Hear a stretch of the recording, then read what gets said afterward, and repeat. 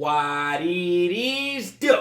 It's your boy Crook LDB Team 100. We in here, sure. Today we got another reaction video. First and foremost, it is Crook Madness Month. So what that means is daily streams, daily uploads. But again, I want to stress that I've been stressing this in every video. If I am not on YouTube, find me on Twitch. We go live every single day. Literally every single day. So just hop in. The same thing you can watch on YouTube, we can do on stream, react to videos, play games, things like that. We chill and have a good time, man. I promise you we do. Today is from the videos from today is NBA fans aren't ready to hear the truth from Jimmy High Roller. Shout out to Jimmy High Roller, you feel me? Without further ado, let's get right into it. Comment down below. Link is in the description. You know what I mean? Any thoughts, questions, comments, concerns? Let's get right to it.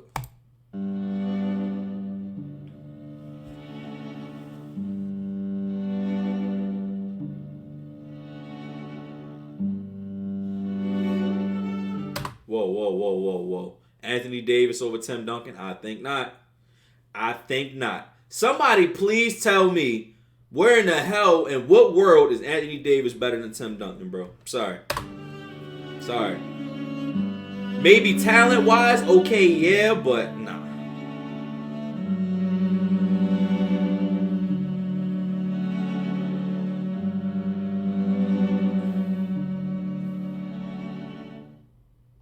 The good old hot take. The necessary evil of the sports world. Through the good ones, the bad ones, and the downright atrocious ones. We once again find ourselves racking our brains, trying to figure out how some people come up with this nonsense. But today, I've done the brain racking for you, and found some of the hottest NBA takes on the internet.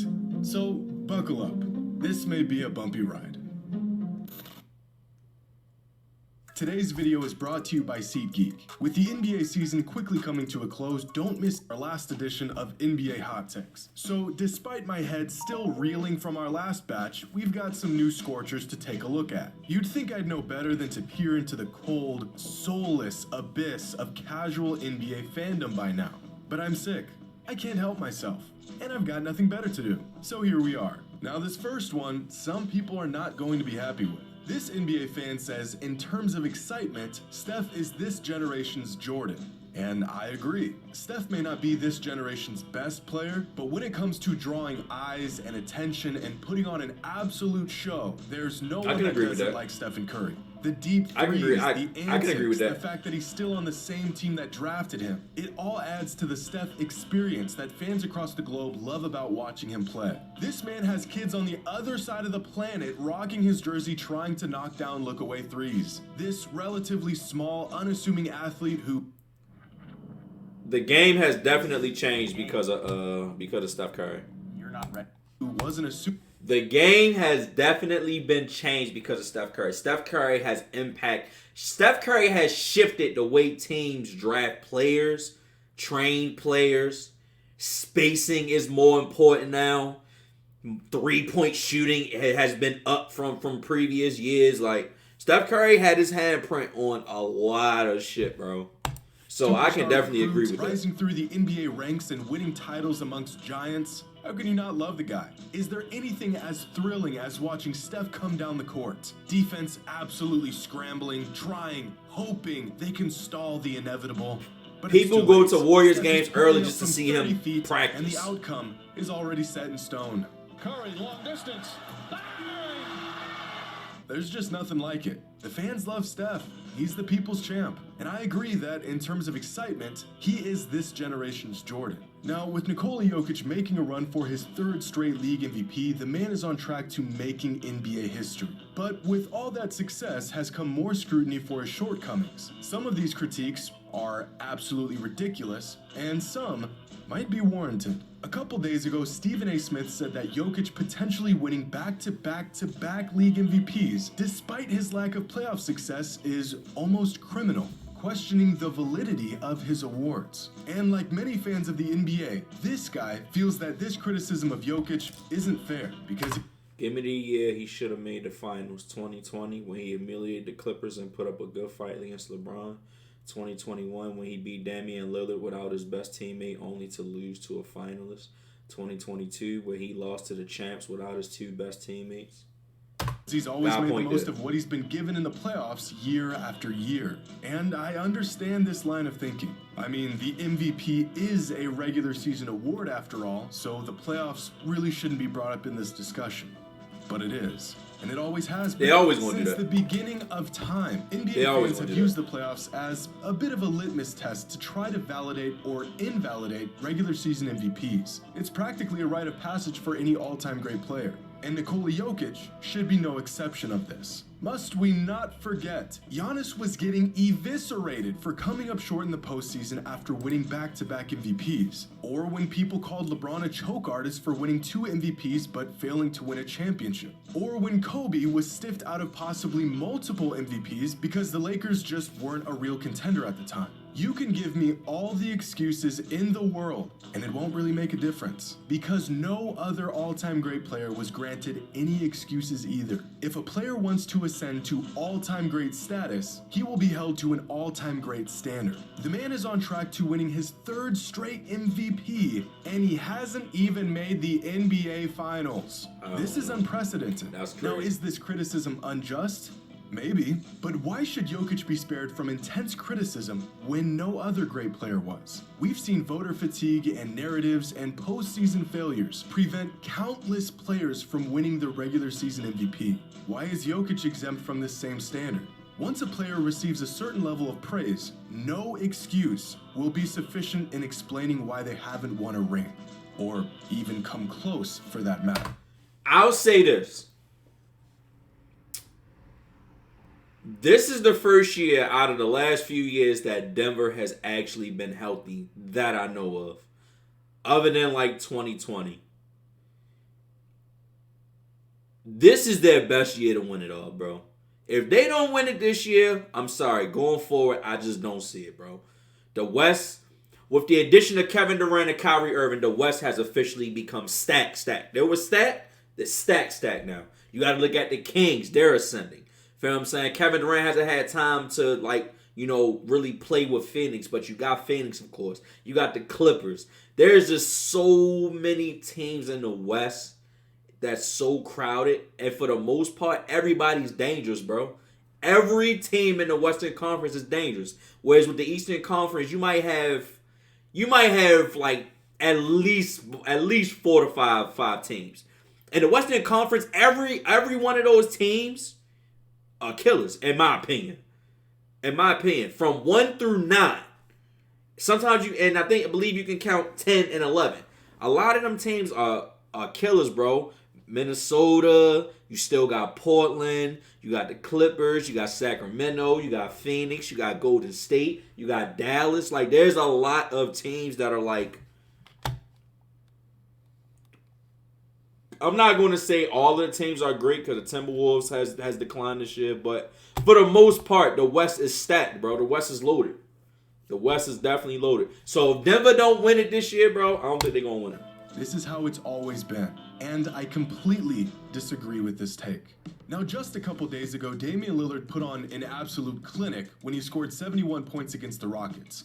71 points. The man hit 13 threes and was a perfect 14 for 14 from the line. He did it all. I mean, this was a masterpiece from Dame. But leave it up to NBA fans to find the fault in this performance because, according to some fans, Dame's 71 points weren't all that impressive since he did it against one of the worst defensive teams in the league. You heard that correctly. Scoring 71 points in an NBA game is no longer impressive if you do it against a bad defensive team. And this take is so unhinged that I almost don't People want always to gonna even paint a address narrative. it. But Bro, I think it's because we got spoiled, now, bro. I'm gonna let y'all. It's been a lot of high-scoring games this year, and I just think that like a lot of people are just spoiled, bro. They see it one time and just think that, man. But you can't I tell mean, anyone no, I told that shit you is this. hard to do. Most big games It's throughout hard for NBA most people to history score are 10 against bad points, defensive teams. 20 points, Surprise. 30 Crazy, points. right? Wilt's Bro, 100-point game in 71? 1962 was against the Knicks, on now. who were the second Ain't worst too many defensive players team in on the that league at the list. time. Ain't too many Kobe players Bryant's that's doing 81 that, in bro. 2006 was against the Raptors, Nobody. who were also the second worst defensive team in the league, and David Thompson's 73 in 1978 was against the Pistons, who were the 9th worst defensive team in the league at the time. In fact, this is the case with with nearly every all-time big scoring night throughout NBA history. LeBron's career high was against the Bobcats, who were the worst defensive team in the league. Shaq's career high was against the Clippers, who were also the worst defensive team in the league. Steph's career high was against the third worst defensive team in the league, and Michael Jordan's career high was against the ninth worst defensive team in the league at the time. Even Donovan Mitchell's 71 earlier this season was against the fifth worst defense in the entire NBA. It's like some fans have to search for a reason to discredit some players. Dame could have scored 71 on the worst defensive team ever, and it still would have been an incredible look at that. Who's accomplishment. doing You it, could bro? put me in Like, front of come your on. You gotta local get that man youth his league props. championship team. Who is and doing you it? Score 71 points in 39 minutes. Every season, every single player gets a shot to go crazy on bad defensive teams. There has been thousands of opportunities for players to use these bad teams as their punching bag, and yet only 3 players have ever topped this 71-point explosion from Dame. This performance was historic, and this take is horrendous. Now, this fan here says Michael Jordan is sensitive, but he gets a pass because he's good at basketball. Huh? And I agree with half of this take. Michael Jordan was sensitive. People will excuse his behavior as competitive, but everyone in the NBA is competitive. Jordan couldn't take criticism whatsoever. In fact, his famous quote is literally a statement of how things people did and said about him really got to him.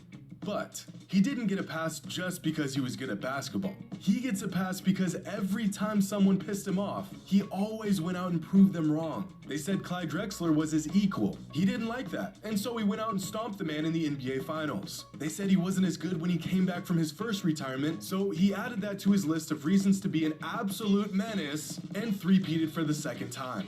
You can be as sensitive as you want if you back it up. I think most NBA fans would consider Kevin Durant sensitive, but if he followed up his tweets with more championships and absolute dominance over the NBA for the rest of his career, those tweets would be an afterthought. Now, our last take is a scorcher. True that. Not even for a split second He ain't lying. does it add up in any way, shape, or form. This NBA fan says, back then, we used to celebrate three-peats. Now kids are out here celebrating 4 titles in 10 tries and call it greatness.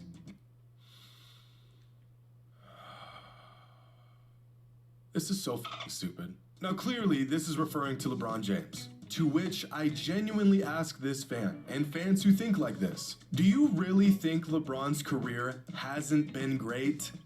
I mean, really? Is it possible that we can celebrate any ring that any player wins at any time? Or has the bar been established so high that if you aren't three-peating, it isn't truly greatness? Alright everyone, new rule. No celebrating rings or titles or MVPs or big or small successes anymore. We are only celebrating three-peats. Dirk's ring wasn't great. The bum only won 1 in 21 years. Boston's ring in 08, worthless. Raptors in 2019, bums. Bucks in 2021, Giannis and the gang, bums. We don't celebrate that. Get that out of here. I just can't believe some fans actually think like this. I mean, according to this logic, scary. no one in the entire NBA right now should be celebrated. We need to drop this whole rings or bust discourse altogether. It's just silly, and it's a bad faith argument to discredit really awesome players. In fact, this same fan goes on to share posts celebrating the greatness of players like Damian Lillard and John Stockton, who've never won a ring. And most ironic of all, this fan goes on to say that the '89 Cleveland Cavaliers were the greatest team in franchise history, literally describing a team that was bounced out of the first round of the playoffs as the greatest. So not only is this line of thinking flat out wrong, it's disingenuous. A player doesn't need to pull off the greatest feat in the history of the game to be great. Greatness comes in many different shapes and forms, and apparently, so do takes on the NBA. And unfortunately, that's all the racking my brain can handle in one sitting. But y'all know the drill. Leave a comment with your hottest NBA take. The hotter, the better. That's crazy, bro. But comment down below. Let me know what you guys think about this video. I love you guys. I'm going to see y'all in the next one. Peace out.